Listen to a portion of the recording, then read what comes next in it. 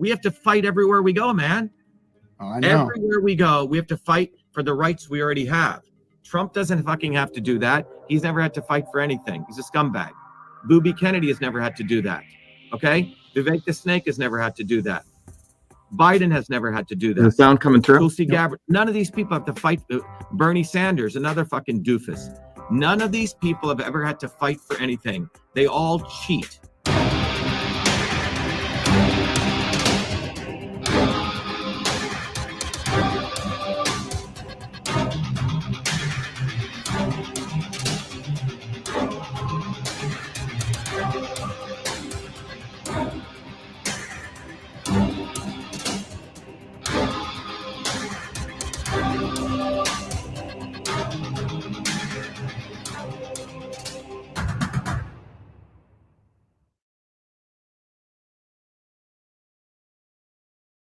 Ladies and gentlemen, Dr.SHIVA, presidential candidate, MIT PhD. How's it going, sir? I'm doing good. How are you? I'm good. I'm good. I don't know if you knew what you stepped into here, but I've seen that you can handle yourself, and you've been on a lot of streams. I was a little discouraged with a stream you did about a week ago with some young men that were trying to get you with a bunch of gotchas, but you handled it well. And so I was like, okay, this is going to be a great interview. First of all, if you wouldn't mind, would you give everybody a quick bio and maybe the reason why you're running for president? Yeah, I think, I mean, there's sort of a long bio. The short of it is that, you know, everything I've been involved in has actually been creating and delivering solutions. None of these people running actually know how to, frankly, deliver solutions. What they do is they create problems. And they create fake problems. And if they identify any problem, it's always not any real problem. So they don't have any interest in doing that. What they have interest is in maximizing power, profit, control for the people who fund them or the swarm that they're part of, period. None of these people up on the stage, none of the people that American people have ever had in recent times come from working people like myself, from bottoms up. And this is a fundamental problem. And if you are coming bottoms up, regardless of all your credentials that you have, the entire election system is rigged from not only what I discovered, you know, this is hands-on, when we ran against Elizabeth Warren and here in Massachusetts in the Senate race, we were the first ones to expose these fundamental problems at elections during the election day with the voting machines. But even before that, you know, they make sure that if you are a very charismatic, articulate, vibrant candidate like myself, they do not give you visibility. The problem they have is we overcame that. You know, about 500 million people know about us. So that's where the election fraud begins, which Zionist hoodlum that they decide to give visibility to. And the second thing that they do, even after you get visibility, you have to get on the ballot, which means in every state in the United States, you have to have, you know, a certain number of signatures to get on the ballot, right? And this is very, very important for people to understand, is that they make it that both parties don't have to collect signatures to get on the ballot. I mean, anyone who really gets into this realizes how it's really the swarm running all of this.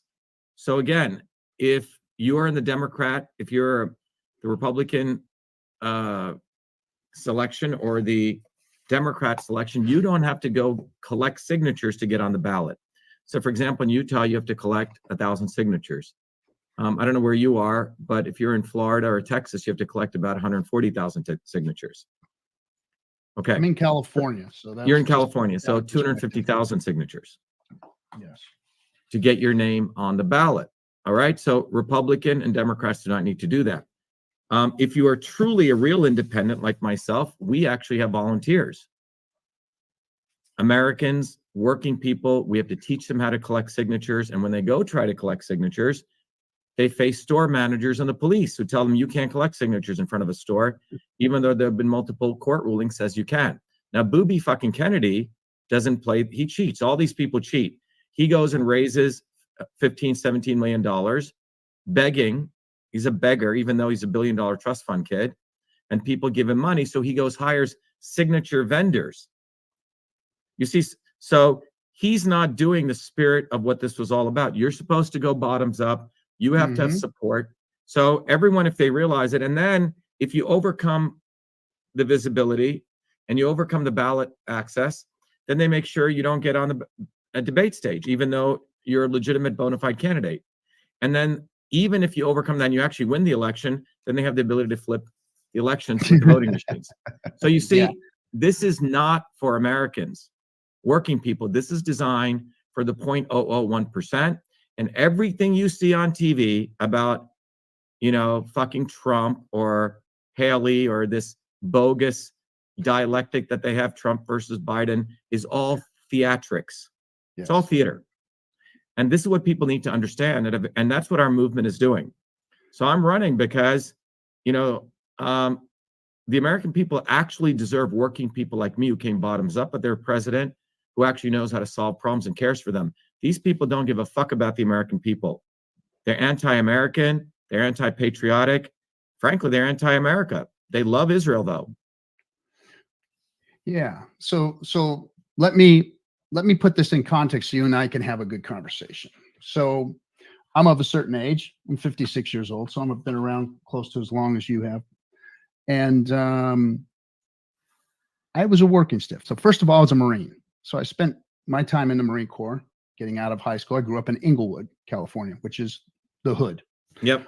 So I grew up in a hood neighborhood, became a Marine to get out of that. Got out, spent most of my young adult life as a drug addict living under the bridge. Pulled myself out of the ashes of that and became a blue-collared worker close to my 30s, and spent 30 years out there in the field, putting my boots on in the dark in the morning and taking them off at the dark at night, and raised a family, bought a house, lived in California my whole life doing that, keeping mama home so that I can raise like the family I wanted to raise. And all I saw was my grandfather had a pension. He was a Marine, also worked in the aerospace industry out here, did pretty decent. Obviously it wasn't aerospace when he first started, but that's what his company ended up turning into. Watched my father, a machinist, worked his life away, and he ended up with less of a pension than my grandfather did. And he ended up poorer than my grandfather. I'm not gonna say he was a poor man, but he didn't really do as well as I thought he should have for all the years of work that he put in. And then I started working, and about halfway through my career, I noticed that my production was getting more valuable and more valuable to my employer. I was watching them buy more and more fancy cars and going on trips, and I was losing ground. My 401k looked like a 104k. There was no pension, of course. I was having to jump job to job, company to company to try and make ends meet, to try and get that raise, to try and get better myself. And I realized that I wasn't going to have a pot to piss in because this system wasn't designed for a guy like me. And so I became an entrepreneur on the side, worked for, anywhere from 40 to 60 hours, 80 hours a week, and did stuff on the side to try and better my family's life. Found crypto, luckily. All of my businesses helped, but they weren't super successful because I was a working stiff. I had to work constantly in order for us to survive.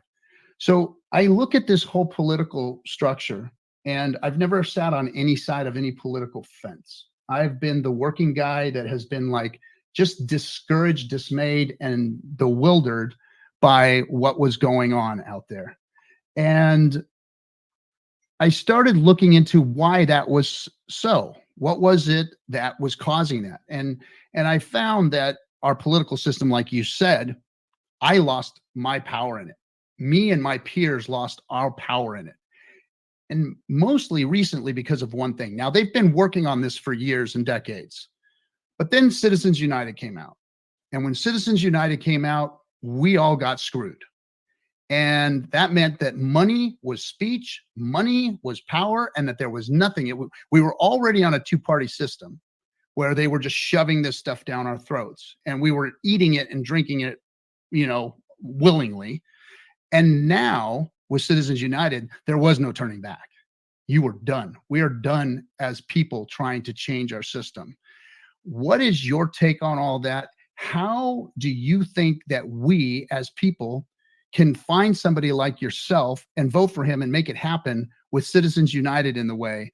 And I mean, do we have to try and figure out a way to get the people the power, or do we try and get a constitutional amendment to change that?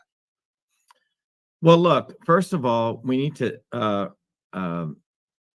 recognize that anything that working people have, anything, Roy, right? Anything that they have, has not come from government. Mm-hmm. That's the first thing. Okay. Anything people have has not been bequeathed to you by government. It has come from fighting, people collectively organizing. The elites always are against us collectively organizing. You know, they say we're against collectivism. This stupid idiot Millet, the speech that he gave, and the Argentinian fool, right? Who was basically put in power by Zionism in the United States. And he gave a speech at what is it, the WEF.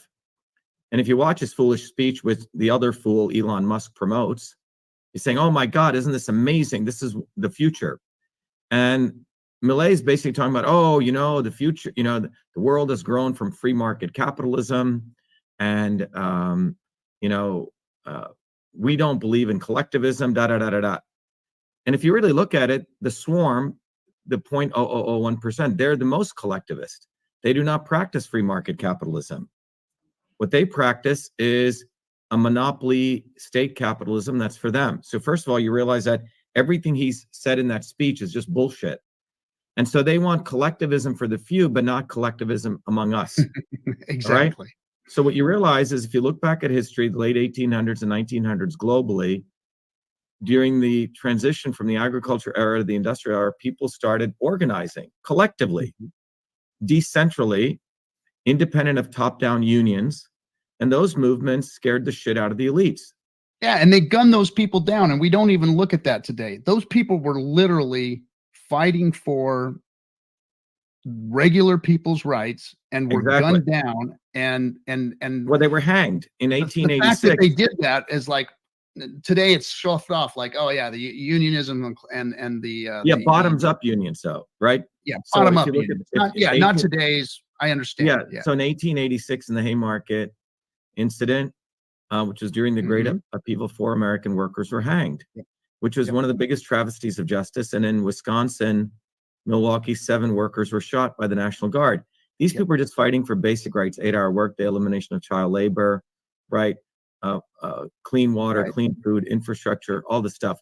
And they won those gains. So if you're an American worker and you have Social Security and you have Medicare and you have, you know, basic rights, it came not from Franklin fucking Roosevelt. He was an elitist fucker and a racist scumbag. Okay? He really was. And I use these most vitriol terms to describe these people because that's what they deserve, because history has brainwashed people on the left and the right to think they're some great people. Yeah, like Abraham Lincoln, which I can say all kinds of horrible things about him and what he's done to my people, the natives. Right. So if you look at that period, it was out of that uprisings. There were close to 250 million people participating in 11,000 strikes, that working people, as the GDP grew between 1900 and 1970, they were rewarded with their wages increasing because they put the fear of God into the elites. And in the 1950, this other totally demonic human being, Joseph McCarthy, branded all those movements as communists, capital C communists. Okay, not lowercase c, being run out of Russia and China, etc. And he demonized all these American working people. And then at the same time, they got the left to overtake these bottoms-up trade unions. The Kennedys, people like the Sanders, you know, all those liberal fools. So by the 1970s, there was no movement anymore. The left and the right colluded to make sure we wouldn't build bottoms-up movements. And so if you look at the actual data, you can just draw it on a curve between 1900 and 1970. If you look at 3 lines, one is, or 3 numbers, how many people participated in labor movements? 250 million. How many strikes? 11,000. And you'll find out that everyone's wages grew as GDP grew. Now you compare 1970 till today, we've only had 900 strikes.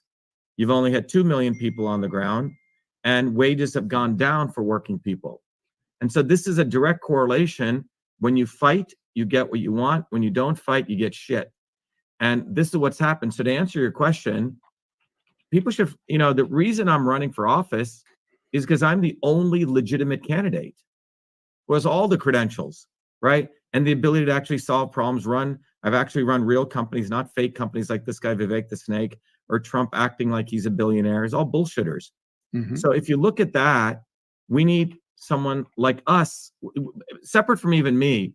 The working people of the United States, for that matter, the world, need us leading us, not them leading us. Exactly. And so they want to make sure we never find our own representatives. And so my running for office, Roy, just like we did in 2018 and 2020, when we ran, we exposed so much of their detailed corruption. It was my election that exposed the election systems, not Trump, not fucking Mike Lindell. They stole our stuff and they made money off of it. All right. It was our election that exposed the backdoor portal into Twitter, not fucker Carlson, not Elon Musk. And it's all documented. Okay. It was our election which saved hundreds of millions of people's lives in 2020. We ran the Fire Fauci campaign. We're the ones who educated people on what nutrients to take to support their immune system. So we've already solved and delivered solutions. Now running for president, we're exposing even more stuff. So number one, bottom line is they're all fucking cheaters. They make it very difficult for us, when I mean us working people, to even get on the ballot. And everyone should understand this. And we've already filed multiple lawsuits on this. Okay. And we're going to continue to do that. We're going to win a bunch of them just on civil rights issues. So that's going to be a victory, right? So my running for office tells people, look, you have to, first of all, if you want to be part of this, go to Shiva for President and participate. Our movement gives people an opportunity to exercise their citizenship. What does that mean? That means just like you go exercise for your weight, weights to get strong, you go exercise your brain, you go to school and you do problems, you have to exercise your citizenship. And that is where you become a true man or a woman in this country. Going out in the middle of the rain and the cold, holding up, a clipboard, right? Saying, hey, would you like to sign to get Dr. Shiva on the ballot? And then the police show up. This is unbelievable. One of our volunteers, electrician, working class guy, goes on a Sunday, works full time. Police come, handcuff him, throw him in the cruiser, strip search him, cavity search him, steal his money. This is in fucking Franklin, Kentucky. Now we're going to win that lawsuit. And then they did it to an 80-year-old woman down in Florida, threw her in jail for 2 days, and she gets beat up. So think about what they're doing. By law, you're allowed to collect signatures in front of a retail store during the time of an election. That private property is superseded by the constitutional rights to collect signatures. Multiple court rulings, Pruneyard, Glovsky versus Roche Brothers, etc. But the cops are purposely not trained on this. We shouldn't be having to do that. They shouldn't get a fucking badge unless they know that. So the elites have made it very sure that their minions harass us, working people. Now, what I just shared with you, Roy, that happened in front of a Walmart. Now, think about what I'm saying. Walmart, multi-billion-dollar company, which made hundreds of millions during the pandemic. Who goes to Walmart? American working people. This guy, Nicholas, is an American worker. He's going to visit his neighbors. He gets arrested because the police act like they don't know the laws. Now, we're going to win that, but think about what we have to do. We have to fight everywhere we go, man. Oh, I know. Everywhere we go, we have to fight for the rights we already have. Trump doesn't fucking have to do that. He's never had to fight for anything. He's a scumbag. Booby Kennedy has never had to do that. Okay? Vivek the Snake has never had to do that. Biden has never had to do that. Tulsi Gabbard. None of these people have to fight. Bernie Sanders, another fucking doofus. None of these people have ever had to fight for anything. They all cheat. They're professional fucking cheaters. And that's what people need to understand. So my running for the first time in American history says, wow, look at this guy, 4 degrees from MIT, invented the first email system, right? Started companies bottoms up. No one ever gave me anything like you, man. So why are we thinking Trump is going to fucking save us? What did he actually do? He saved Israel. He protects the elites. He saved Big Pharma. He didn't help those January 6 people. Nothing. No. So people need to get out of this brainwashing that the white man from above or the black man from above or the brown man from above is going to save you. They're going to do shit for you. So what we do in our campaign is we tell people, come to our open house every Thursdays, 11 a.m. and 8 p.m. And when they come to our open house, we tell people, look, be a part of the change. Go get one of these bumper stickers. Put it on the back windshield of your car. It does multiple things. First of all, you're saying you're taking a stand. Number two, when you put this 100 on the back windshield, 100,000 people see it. You become an agent of visibility for you and us. Third, it's a big fuck you. Because when you put this around, the local GOP and the Democrats are like, fuck, another fucking bumper sticker. So this is a very defiant thing you can do and very purposeful. The second thing is if you go to Shiva for President, we have these flyers, old school. Remember these, Roy? Yep. 70s, we used to hand out these flyers. Yeah. And what you see in this flyer, it has a very powerful graph there. That red line that you see starts at 1980, so a little bit fuzzy to today. That red line right here, it is the life expectancy of the US public going downward. And the same curvature is happening to the US. So we're identifying a fundamental problem. None of these people have been killing you. So if you have a child, son, daughter, your child is going to give shorter than you. Now, who's causing this? I call it the swarm. You can go learn about it.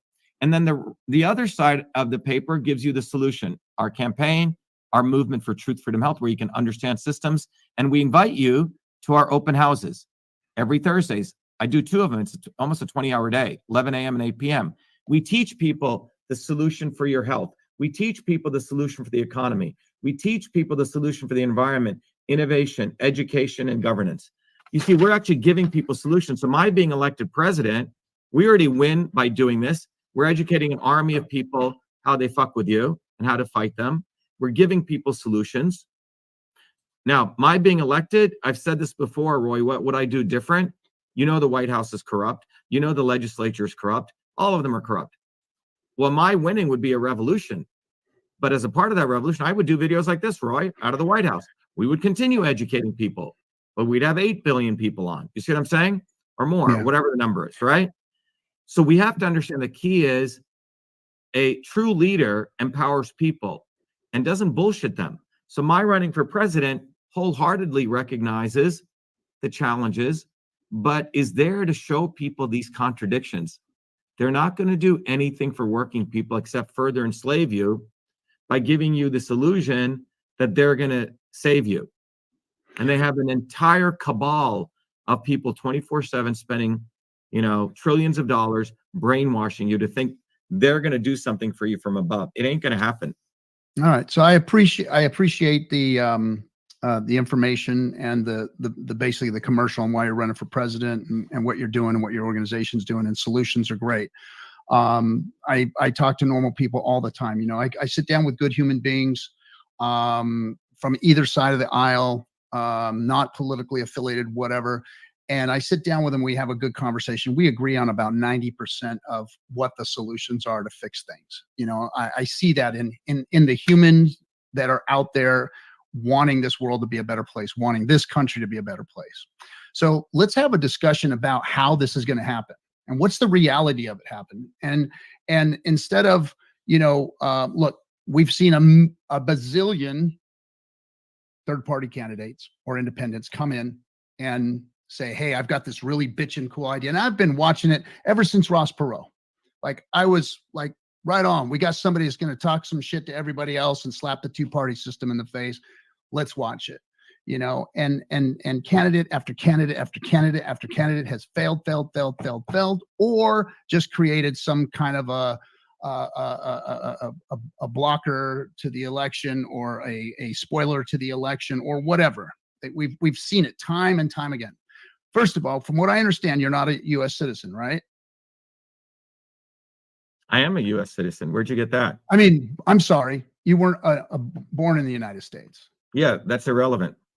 Is it irrelevant according to the rules? Absolutely irrelevant. So people need to learn American history. Explain that to me so that I can understand where that's coming from. So let's go through this.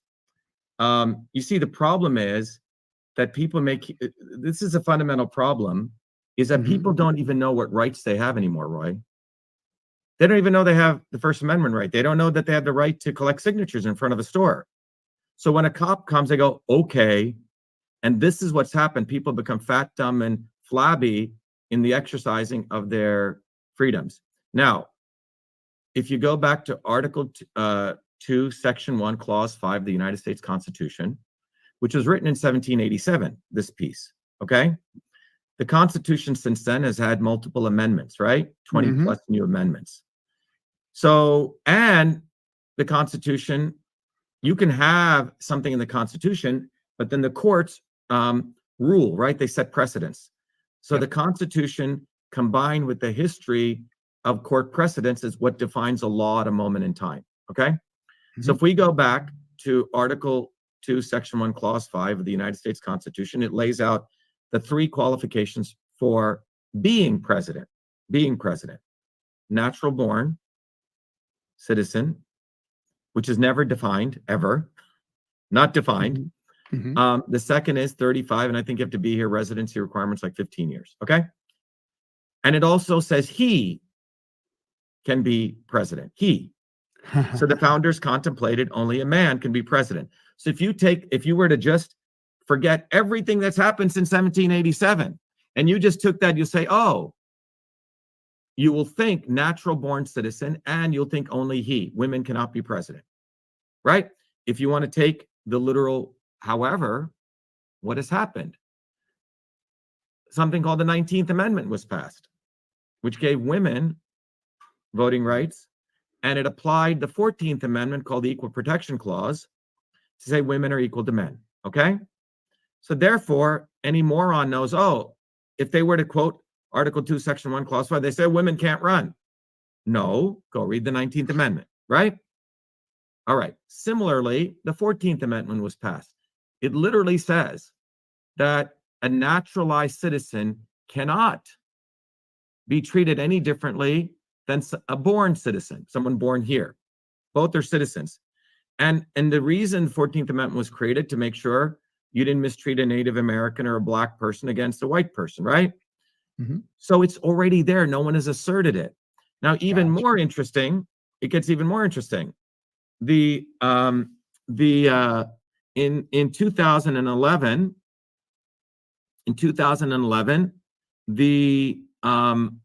the FEC, which is the governing body, FEC stands for Federal Election Commission, in 2011, clearly stated unequivocally, and this is hard for people to understand, that a naturalized citizen can run for president, which is me.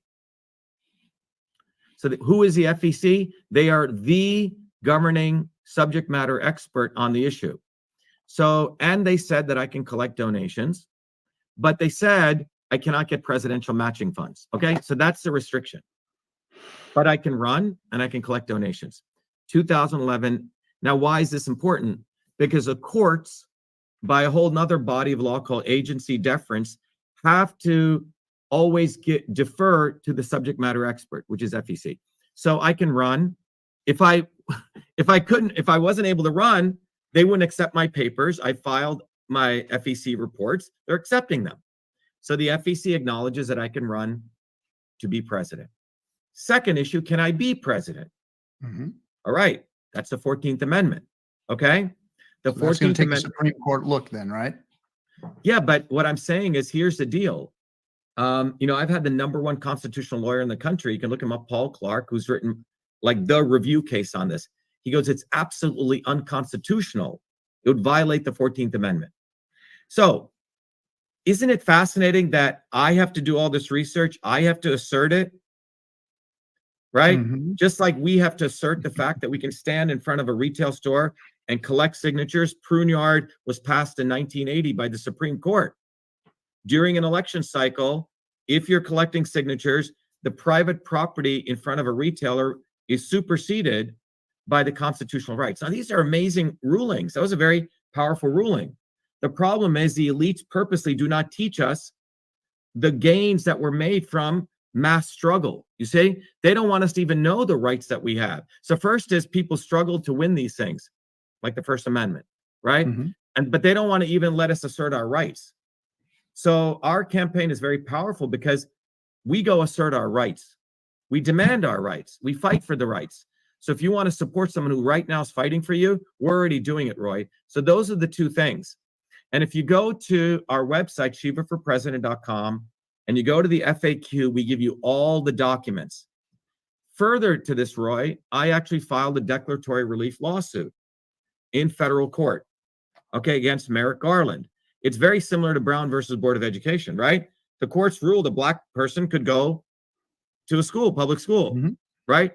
These crazy people down south, racist guys, didn't want to do that, right? That lawsuit forced the attorney general to send marshals to escort that black girl to school. Same thing here. Working people have a right to have a naturalized citizen or a natural born citizen run. Now, what is natural born? It's never defined. And here's an interesting point. The Marquis de Lafayette, who wasn't born in the United States, who was French born, and all of his heirs, which means his children, his grandchildren, his grandchildren's children forever, were deemed natural born citizens by vote. So anyone can please find me what natural born means. It's not defined. Furthermore, the 14th Amendment makes it very clear. The point is, I can run and I can be president. And so we filed a declaratory relief lawsuit in federal court, forcing Merrick Garland to tell everyone, all the secretaries of state, demanding to tell them that you must, okay, to the Secretary of State, if you intervene in Dr. Shiva getting on any ballot, that's a violation of the law. So we've already preemptively filed a lawsuit. And who wrote that lawsuit? I did. I've used lawyers before, but I do better in federal court when I represent myself. So there you go. So, okay. I'm glad that you've got all your T's crossed and your I's dotted. And you've got a great message. And the American people and most Americans, I believe, I think you've got enough people that would believe in you and what you're saying and would appreciate it and would vote for you to win. So how do you get out there and get this message out there? How do you fight this system that you're going to have to fight in order to get elected, to get some time? You're not going to be able to get up on stage with the Democrats or the Republicans and debate them. They're never going to give you that opportunity. So I don't want to say you're just pissing into the wind on this, because you're doing the work. You're obviously doing the work. How are you going to win? How are you going? What is your plan to take it over the hump? Are you going to continue to do this? Are you going to be here next season, or are you going to be a one and done? Or what are we going to see here? Is there something that you're trying to create outside of your presidential run that's going to create momentum that can take this to the next step, that can gather more people? Because look, we're not going to get a constitutional amendment to get rid of Citizens United. They're going to outmoney you, outgun you every single time, because you're not getting rid of that. And they're going to push mainstream bullshit on people with that money. And no matter what you say, your voice is going to get drowned out, because we know that's what's happening right now. How are you going to overcome that? What are you going to do? How are you going to get the people to get behind you and help you to get this done? Because we have the same thing going on in here in crypto. We've got a better way to do money, and we're being drowned out. We're being smashed. We're being pushed aside. But we know we have the solutions. I'm a guy that had no chance in hell of retiring, and now I'm retired because of cryptocurrencies, because of what it's done, because of real DeFi, because of what we know it does to fix money. And I want to get that message out to the world, but I'm getting drowned out. I'm getting pushed back by even the crypto community itself and the powers that be that you're going up against. How do we get together? How do we get the people to actually start pushing momentum behind this third-party candidate that we've never seen before? Every single cycle, I see it happen, and then I see it fizzle off. They go away, and we are again. Look, let's go back to my history, okay? If you look at my history since the time I was 4 years old, I'm 60 now. If you look at that history, you'll see three streams in that history. Number one, someone who's been deeply interested in science, scientific advancement, has become a scientist, got 4 degrees from MIT, has published in the leading journals, has discovered many things, has been at the highest level of science, okay? Fulbright scholar. You can go through the whole thing. It's on my resume. The next thing is you will see an individual who's been an innovator and an inventor, from the invention of email, Echo Mail, Cytosolve won every major invention award, right, in the Smithsonian, etc. But a third stream you'll see there, Roy, is someone who's been fighting. This is not, like, oh, I'm just going to fight. Oh, I'm saying some anti-establishment shit today to fucking manipulate people like Fucker Carlson or Vivek the Snake or all these fuckers. This is very real to me. I grew up in India, which had the caste system. Mm-hmm. I was brutalized by that, my family, directly. I've had to fight that since I was a 4-year-old kid. Part of that fighting was understanding revolutionary movements. I started studying everything. When I came to MIT at the age of 17, what did I do? I organized the food service workers. I was the one who burned the South African flag on the steps of MIT after I'd led a protest around 5,000 people, okay? And then during my PhD graduation, 10 years later, this is when the United States had invaded Iraq. It wasn't in vogue to protest that. I was the one who took out this huge sign and I said, US out of Iraq. Half the crowd booed me. The other half gave me a standing ovation. You see? I organized many, many protests when Mir Kahana, that Zionist hoodlum who wants to butcher all the Palestinians, came. And I can give you many, many examples. Over here to Brandeis University, I organized one of the biggest protests and we chased him out. When Kissinger came here to the Fletcher School, we organized 10,000 people and we chased him out. You see? So I have been an activist on the ground my entire life. Now, I never believed in electoral politics because in 1984, I saw Jesse Jackson. You see, what I realized as a young kid was you have the establishment. They have the obvious establishment on the left and the right. Like, let's say in the 1984 election, Reagan versus Mondale, right? Or the Clintons versus the Bushes, whoever you have. The obvious wings of the establishment. But what I realized was the establishment is very clever. They know people like myself and others who want to build bottoms-up movements exist. Real people. So they created the not-so-obvious establishment. Roy, which was the elements of the establishment which talk anti-establishment on the left and the right to sucker people as fly traps. It's a very important dynamic. So you may remember in 84, I don't know how old you were then, probably a couple years younger than me, a guy called Jesse Jackson 16. On the left builds this movement. Remember the Rainbow Movement? Mm-hmm. And all young Rainbow Coalition. Yeah. Oh my God, Jesse's saying all the right things. We're going to fight, What does he do at the last minute? He takes all of these people, young people, who are corralled to him, like flytrap, and he delivers them to Walter Mondale. Okay? Says, the lesser of two evils, we must, we cannot, And that's been the recurrent part. So I never voted. I never supported any candidate. I was into building movements. And you can see me do that throughout my life. When I went to India on a Fulbright, 2-year Fulbright, I got to do research on integrating Eastern and Western medicine. When I was getting ready to leave, the Prime Minister of India appointed me to one of the highest positions. I did it as a 2-year position to help innovation in India. And I discovered so much corruption there, Roy. I was given a huge bungalow, everything you can imagine. And I exposed corruption in India. Under death threats, I had to leave India in the middle of night. So wherever I go, man, I fucking Millions fight. of people suffer every day from painful discomfort and swelling.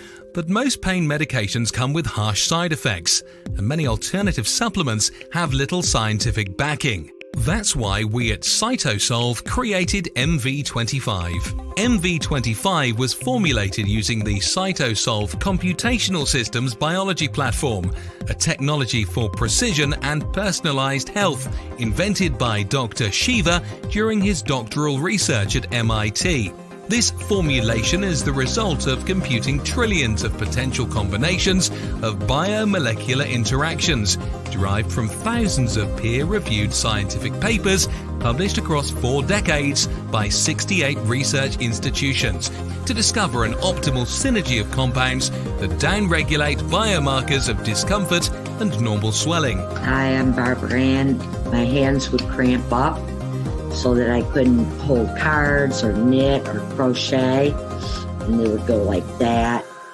And I'd have to use this when I played cards with my grandkids. And I started taking that MV25. After a bit, I was able to hold cards in my hand, very, very little cramping, hardly at all anymore. MV25. Hi, my name is Sandy. I'm a Taekwondo instructor. I tore my ACL during Taekwondo. I had a lot of pain and limited mobility. I've been taking the MV25 for about 6 months now. After the first week, I noticed a big difference. After the second week, almost literally no pain. My name is Jeremy, and I suffer from a lower back problem. Hurt my back at work years ago, and I can go to the chiropractor, do all kinds of different things, and nothing seems to help. And I decided to try MV25. I didn't notice a difference immediately, but within a few days, the pain went away, and it stayed away. I've continued to take it, and even when I do things that I shouldn't do, it seems to go away a lot quicker than it ever did before. MV25 is certified clean, 100% non-GMO, made in America, and GMP certified for good manufacturing practices. MV25 is CytoSolve optimized,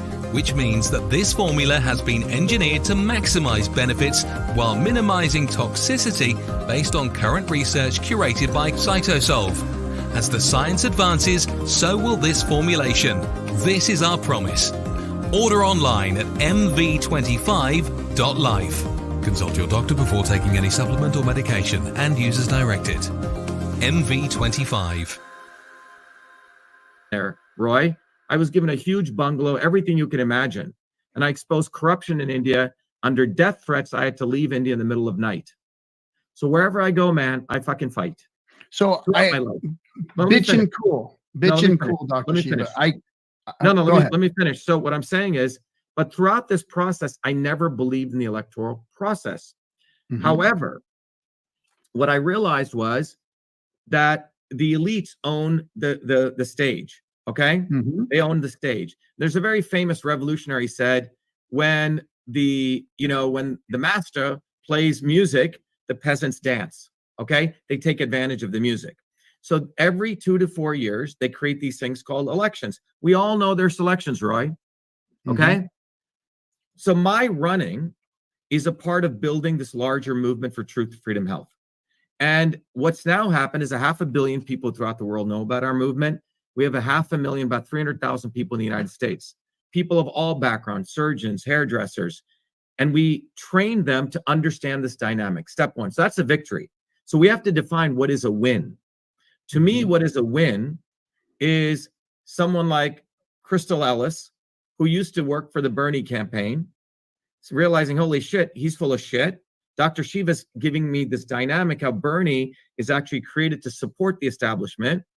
And I'm going to get on the ground and build this bottoms-up movement, okay?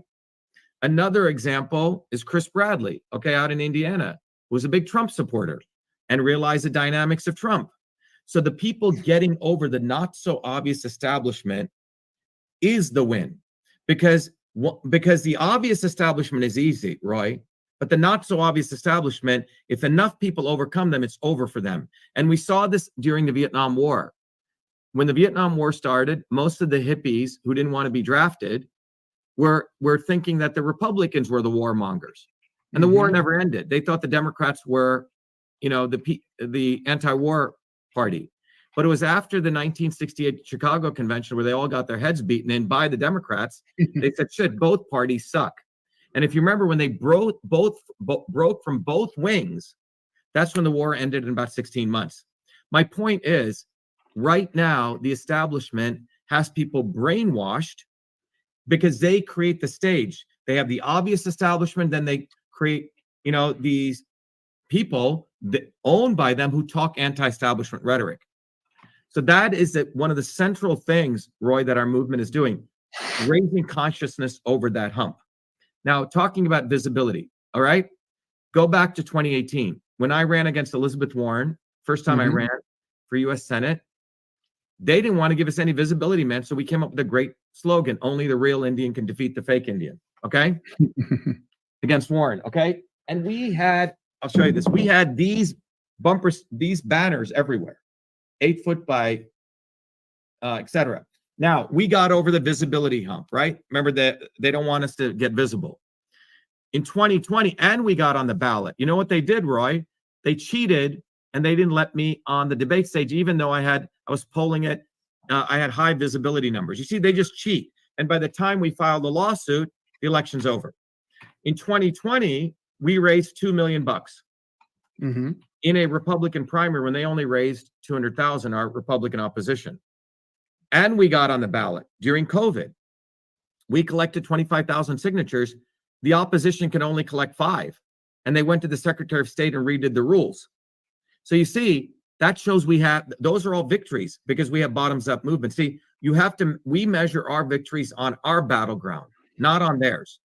Then after I got on the ballot, after I got visibility, they canceled all the debates. We won that election. Okay. And we proved in court that, that they flipped all the voting machines, etc. Okay. So, but all of those, Roy, are victories first. You know why? Millions, hundreds of millions of people in the United States said, shit, Dr. Shiva showed us in Michigan how they flip votes. No one knew that, man. They didn't expect an MIT PhD in engineering ever to run for office. So we have to understand what the victories are. We have showed in hard facts, if you look at the Arizona hearing, the Michigan hearings, wow, they can flip votes. There's a feature on the voting machines called a weighted race feature. So all of these are victories. You see what I'm saying? So I judge our victories by raising consciousness, peeling people away from the not so obvious establishment. And now we have, close to 300,000-400,000 people. That was even before. What's going to happen in the presidential election? Think about what's going to happen, man. They're not going to put us on the debate stage. They're not going to give us visibility. No. But if you go read social media feeds, in spite of their shadow banning, you will see in the last 6 months, people hitting fucking booby fucking Kennedy. Hey, you fucker, what are you talking about? You're full of shit. Well, he's talking crazy. He's right. Like but if you go to 2020, I was the first one to hit Kennedy, and I lost 20% of my followers. Oh, you can't, especially then. You couldn't hit Kennedy's name back then and not. No, but we did. We did. But it's taken us 3-4 years, but I don't have to do it. You see all these people saying you're a fucking Zionist cocksucker. You talk about being against vaccines, yet everyone had to get vaccinated in your home. You're full of shit. That did not happen before, Roy. He had control, brainwash certain segments because his job is to bring the Kennedy people back to the establishment. That's what Tulsi Gabbard's job is, to act like she's anti-war. You see what I'm saying? They've literally have these people, and we are breaking all of that psyche in people. All of those are victories, man. 2-3 years ago, you wouldn't see that. It is our movement. We take full credit for that. Trump. Everyone thought Trump is the savior to the white guys, right? Well, we're the ones who've exposed Trump. We're the ones who've exposed Tulsi Gabbard. And we've been doing this consistently. So now if you go look on Twitter feeds or Facebook feeds, they say, wait a minute, Dr. Shiva is the one who did that. Dr. Shiva exposed that first. So we're winning all this trust. It takes time. We're building a movement. Okay. So the victory you're building a movement this way is what you're saying. You're working on building a movement because you know that under the system now, under Citizens United, you don't stand a snowball's chance in hell of beating these folks. How do we overcome that? Well, let me just correct your linguistics there. We have to look, I believe that what's happened over the last 50 years is our parents should have built a movement like this. They didn't, because after the 70s, people literally outsourced their citizenship to these morons from above. Prior to the 70s, the people came back from World War II are fighters, man. They were the ones who built this country. After the 70s, consolidation took place at every level. Healthcare, academia, you can go down the list. Education, that's when the Department of Education gets created. So we outsourced our citizenship. The Reform Party you referred to, that Ross Perot was part of. So Trump was part of that. Jesse Jackson was part of that. They were like the not so obvious fake anti-establishment people. They're not talking what I'm talking about, building a long-term movement. We're playing the long game here, Roy. The victory here is Roy Griffin, right? Understanding this and saying, fuck Trump, fuck these people. We have to build a movement. That's a victory. One Roy Griffin who gets this, equivalent to an army of 10 million people. Each person who understands this, that these people are full of shit, and I have to exercise my muscles as a citizen, that I have to get on the ground. My handing out this flyer is far more important than giving fucking money to booby fucking Kennedy or Trump. Why is a person the average American only has $400 in their bank account on a rainy day? Why the fuck are you giving Trump $100? Are you a fucking moron? What is he going to do for you? Nothing, and he doesn't need it. So that shifting in consciousness, and we literally have a program in Truth, Freedom, Health. Did you understand this concept? Did you understand this? Did you understand why Martin Luther King was a setup of the establishment? Do you understand how Mahatma Gandhi was a setup? Do you understand Malcolm X was a true leader?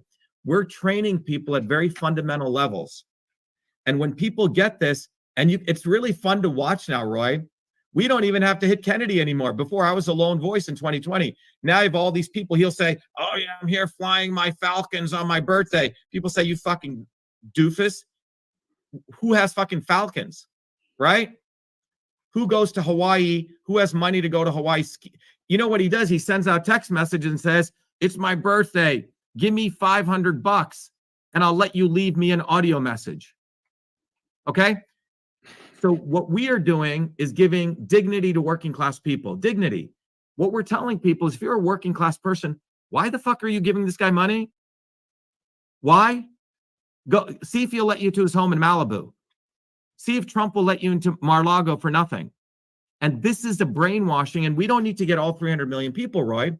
We need to get in the United States about 20,000 people really. Yeah, you don't have to have a lot. You don't have to have a lot. But it's, one enlightened person is like a light into 10 million people. And that's what we're doing. So we have to measure the victory in that realm. So think about from the Warren election and the Senate election, how many people we reached with the three major things: the Fire Fauci campaign, what we did with exposing election systems, and the back door. Now what's going to happen when we run for president, because they're so fucking afraid of us, they're going to do this and this and this. And all of those things they do to us are going to be experiential events that we're going to educate more people. So we win, man, whether we win, quote unquote, win their election or we expose them, we win. So this is a winning campaign. Love the exposing. I love that part of it. Yeah. But I would like to see things change in my lifetime, which I have left here. And this two-party system and what they've done to our government with Citizens United and money. I mean, let's face it, and I know that 90%, 99% of the people who raise the most money win the election. We know that there is dark money, money coming in from all over the world now and into the U.S. elections. Let's correct that. First of all, we need to, you've seen the swarm video, right? The 15-minute swarm video? No. Okay. I want you to do as a homework assignment. Promise me. Go to Shatter the Swarm. It'll take you 15 minutes. That video's gotten like 100 million views. You got to watch it. That video took me 50 years to do, meaning I did it on a whiteboard. You will understand where I'm coming from and the science of who's running this, the engineering. Okay? Go to shattertheswarm.com. Everyone. Okay, and if you're talking about the powers that be, the industrial complexes that have taken over, it's more our than country, that. I understand beyond that.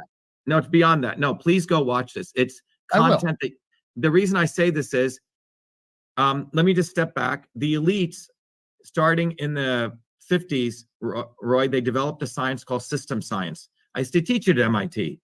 George Soros is a scholar of it. He's no dumb fuck. Kissinger used to teach it. The science of systems are 9 principles that run every engineering system in the world. They use those principles for power, profit, control.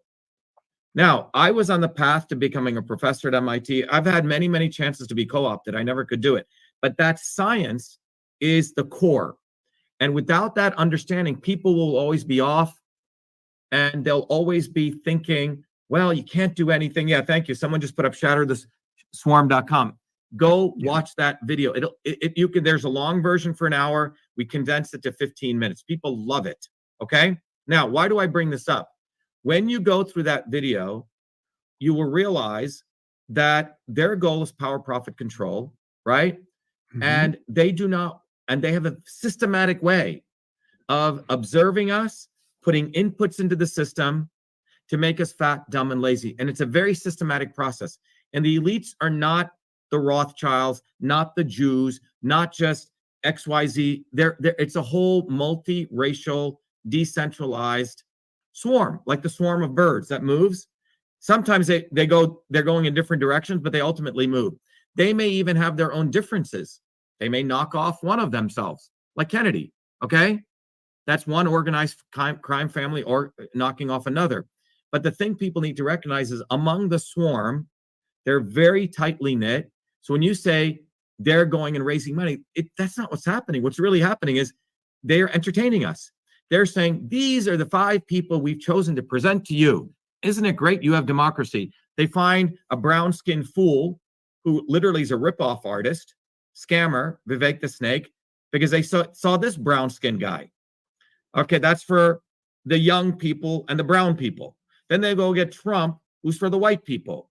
Then they go get Booby Kennedy, who's for the people who've been sucking too much whatever and they have throat problems, and typically for women, okay?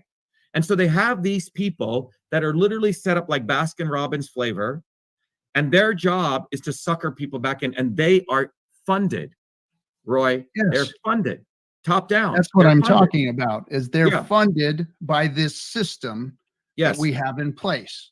Now, they did it before, but now it's much easier for them to do. Like they've got a death grip on it now with Citizens United. Right. And and I know probably because you're creating a movement and you're working on a grassroots development of gathering the numbers and the masses, because that's what we need. But you haven't answered my question about Citizens United once. No, like I talked to Jim Bopp, who's the one who was a lawyer who did Citizens United. Okay. So here's the bottom line. The elites are going to do whatever they want to do, Roy, to consolidate and centralize power.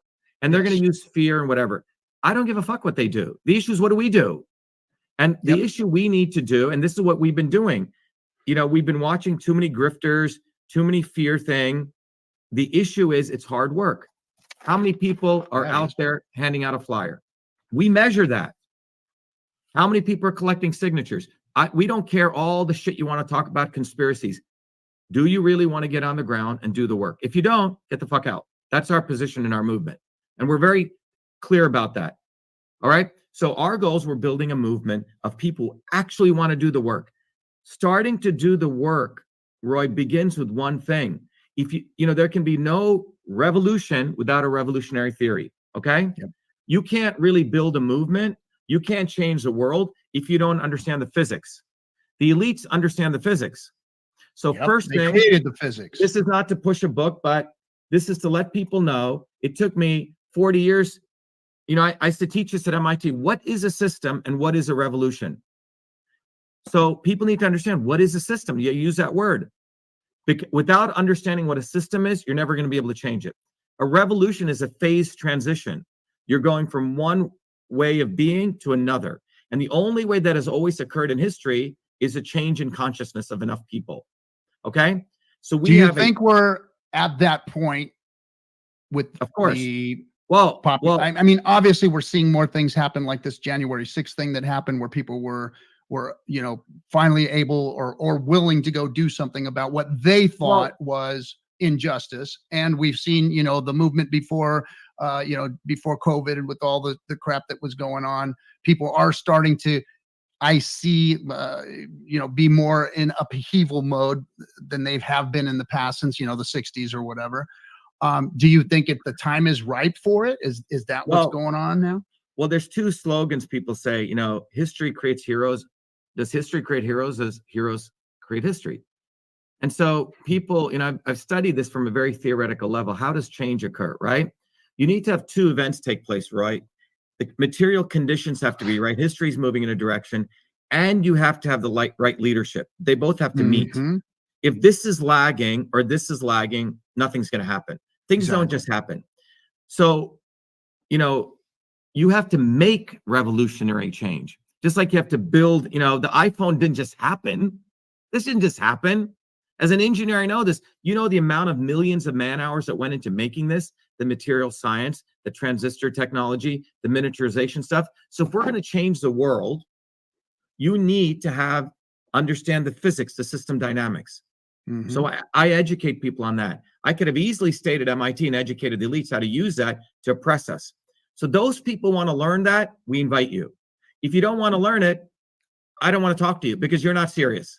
It's like saying, oh, I want to be an electrician. Okay, you're going to go to the 8,000 hours of apprenticeship? No. Okay. You're going to blow up buildings.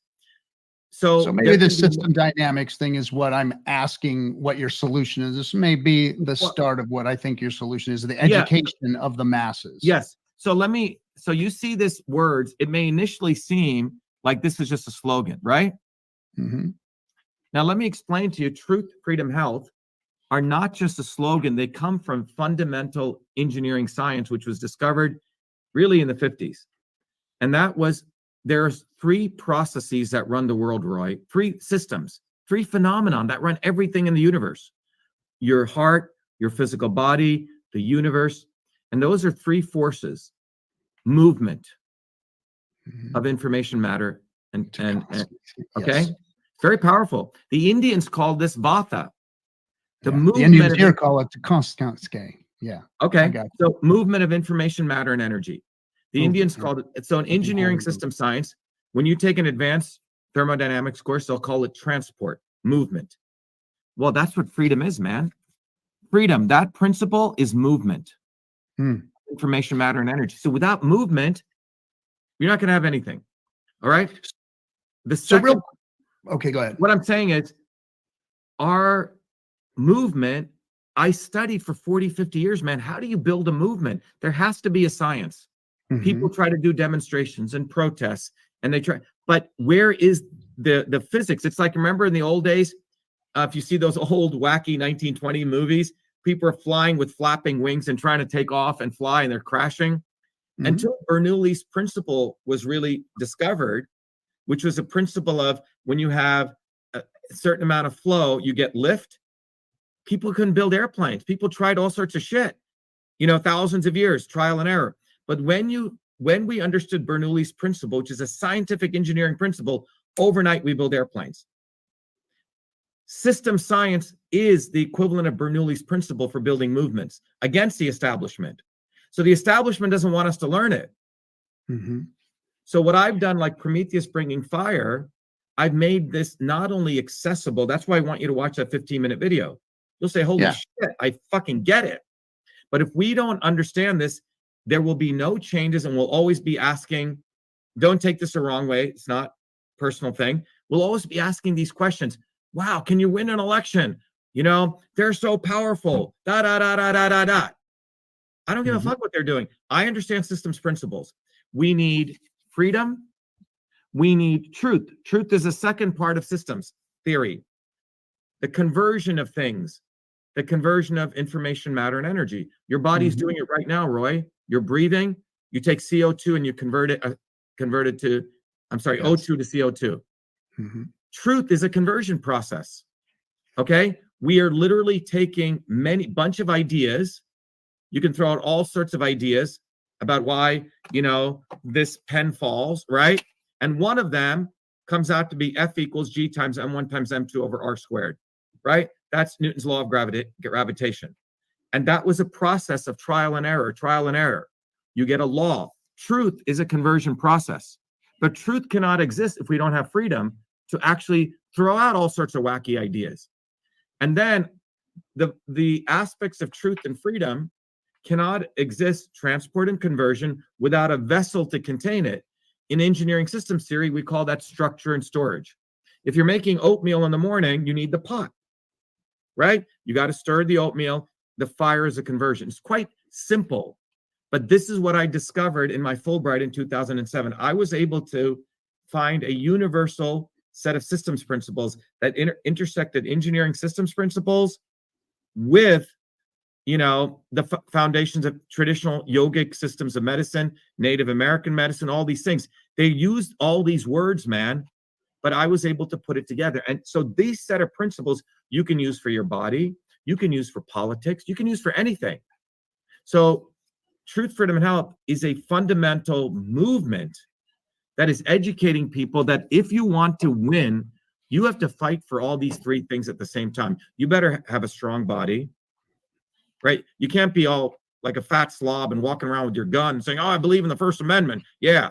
Well, nor can you just be a yoga Nazi, right? Becoming a narcissist and don't give a damn about the Second Amendment or the First Amendment. Eating tofu, right? And smelling your own farts. Exactly. Nor can you just be a nerd who understands how to do innovation and truth You see? So you need all these three because the universe demands it. The universe demands transport, conversion, storage.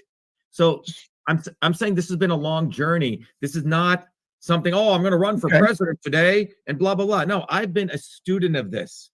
Good. Okay. Good. I like that. You're feeding me now. So let's. I know we're running out of time. I don't know how much time you got left. I've got plenty, but if you've got to go, let me know. Yeah, I have about another 10 minutes. Okay. Well, then let's plan on having another conversation because I really want to get into cryptocurrency with you. I really want to talk about crypto. I want to talk about we should talk about freedom of transactions, freedom to actually transact the way we want to, and to fix the money that they fucked up. So Roy, one thing I can give you as a preview to that, if you apply these principles, transport, conversion, storage, right? Today, a lot of people buy crypto are using it as a means of storage, right? Store of value. They're using the storage concept, right? Yes. The transaction piece is fully not resolved as of now, okay? Because Bitcoin, frankly, can only do 3 to 10 transactions per second, okay?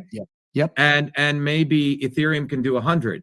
The larger issue of doing 10,000 transactions, which is a conversion piece, has not been figured out, which allows the free flow of movement.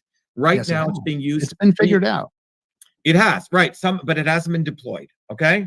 It is deployed. It's just not being looked at yet. Because why? Because it's being gatekept, just like folks like yourself who are running for president. We've got cryptocurrencies today that are true DeFi that solve all those problems that you're talking about, that actually can be transactional cryptocurrencies that can change the world and fix money. We've got them. That's the thing that you and I should be talking about next time. So we can do that. But I think today we will. Let's consider today what I think the big takeaway between this conversation, where people should recognize that our run for president is not like a third party candidate running. That's not what this is. This is about fundamentally finding those people who actually want to change the world. So the people who come to our campaign are highly self-reflective people, Roy. You should come to our open house we do every Thursday. Come. I'm going to watch a movie. I'm going to come. And I'm going to actually start exposing some of this stuff to my community because I like what you've said. Let me just give you one example, okay? There was a surgeon, very smart guy. I'll give you the range of people. Hardworking immigrant surgeon who was going to give a ton of money to Joe because he saw Kennedy on Joe Rogan. And Joe Rogan I've been hitting as a bullshitter, okay? And then for some reason, the video popped up that I did exposing Joe Rogan and Kennedy. And he says for 2 days, he had cognitive dissonance because he knew everything I was saying was absolutely correct. But that part of his brain, which had been convinced to outsource his future to Joe Rogan or outsource his future to Kennedy, took 2 days. After that, he came to our open house. He said, Dr. Shiva, everything you said was absolutely right. It took me 2 days, and I'm here to support you. Then we have people like this guy, an electrician who works hardcore, right? 7 a.m. to 7 p.m. to support his family and his mother. Then he went through his journey where he was a Trump supporter and then saw our video where I said, was Trump the swamp? We went through every little thing and he goes, shit, I went through cognitive dissonance after seeing that. But he says, even though I didn't like what you said, I had to reflect on it. So the people who come to us, Roy, are not these fanatics into looking for some ideology. They step back and they have to self-reflect. Now, one of those people, Roy, can change the world. Now, if you get 10,000 of them, it's fucking over for them. So you see what we're doing? So the people that are willing to hand out a flyer, are you willing to download this and hand it out? We give it away for free. Okay? That means you're willing to take action. Anyone who puts one of these bumper stickers on their car is saying, okay, I'm busy. I'm a busy mother. But when I put that on, putting a bumper sticker on your car, when I first did it, it is sort of, you're like a little bit nervous. Oh, my neighbors are going to see it. Ooh, what do I say? But overcoming that, that diffidence is an exercise of your citizenship. So we're doing is just like you go to the gym and you exercise your muscle.